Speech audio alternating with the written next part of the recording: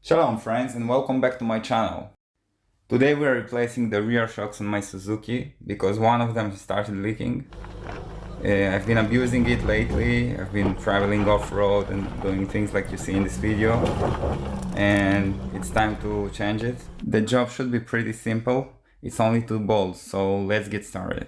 These 2 shocks are the original ones that came with the car. They've been lying around here because I've installed a 2-inch lift kit from Dobinson. When it's fully open, you can see it's 53 centimeters. And when it's fully closed, it's 33 centimeters. Hey, it's me from the future. After installing the new ones, that's Dobinson's, and you can see it's the same length as the original ones. I've decided to install Monroe D8003S, that's the name of the model. It's by something like 6-7 centimeters longer, which perfectly fits my 2-inch lift kit. So the first thing we need to do is to take the sleeve from the original bushing and install it into the bushing that came with the Monroe.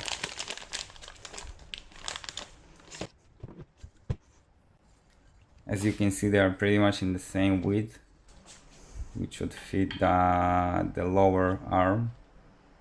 It's something like 3.8 centimeters, both of them. To extract the bushing, I will be using this press that is designed for ball joints. It's pretty simple with an impact gun.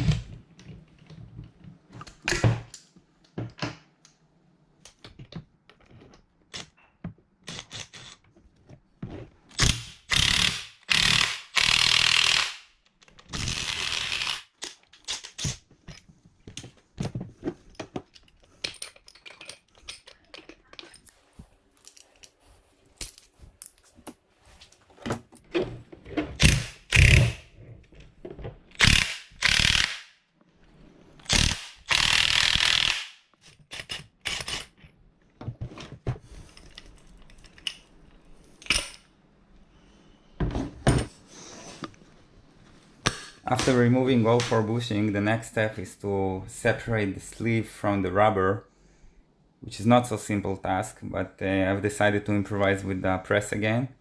I'm using one of the adapters to push the sleeve into that hole. This time I'm using a ratchet, a hand ratchet, and it's pretty easy after that. So now when we don't have a lot of rubber left, we just take a knife and peel it off. Now that we have the sleeve, it's pretty easy to install it with the bushings that came with the Monroe. You just slide it in. You can see the diameter is 18 millimeters and the inner diameter is 12 millimeters. To install the bushing, you need a screw, 2 washers and a nut, and close everything like that.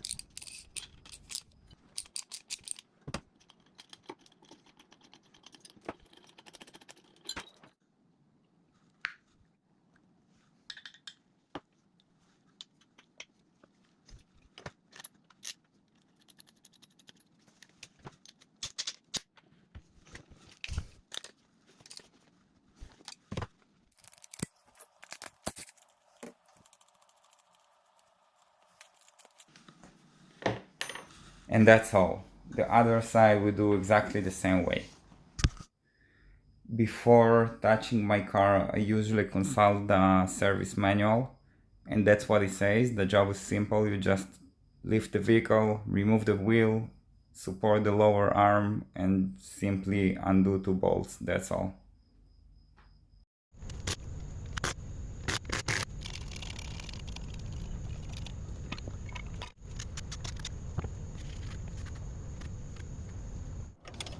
I lift the lower control arm a little bit using a jack. I want to remove pressure from the shock. And that's the socket I'm using to open those bolts. It's a 17mm socket.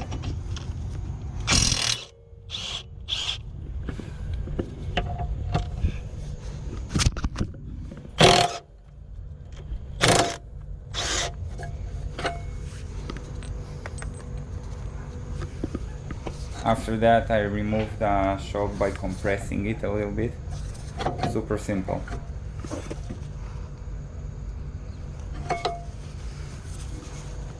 The installation is the opposite of what we've done. So first I compress the shock, I put it in, then I have to screw the bolts. Before that I'm putting thread locker in it, and yeah, that's all. After that we need to torque the bolts by the specs. It's 60 Newton meters on the top and 90 Newton meters in the bottom.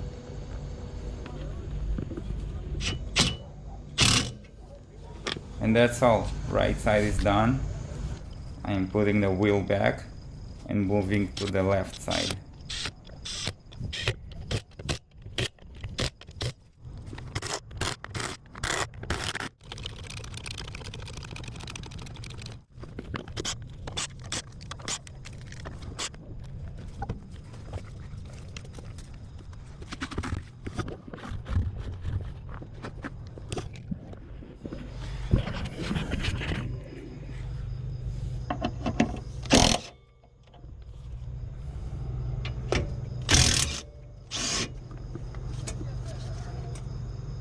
And that's the leaky shock that I've removed. See how the non-leaking one is extending, but the leaky one is still compressed.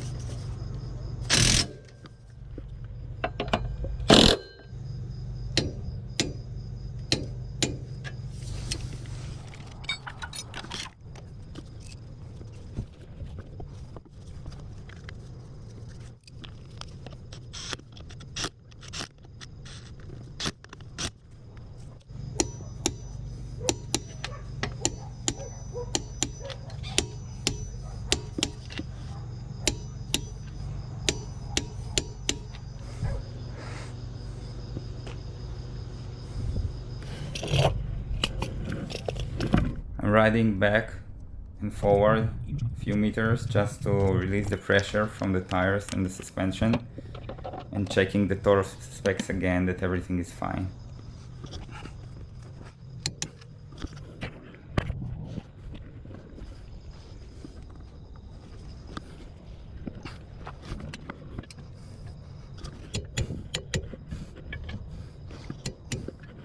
And there you have it. Brand new shocks installed in less than an hour. If you like it, give it a thumbs up in the next project.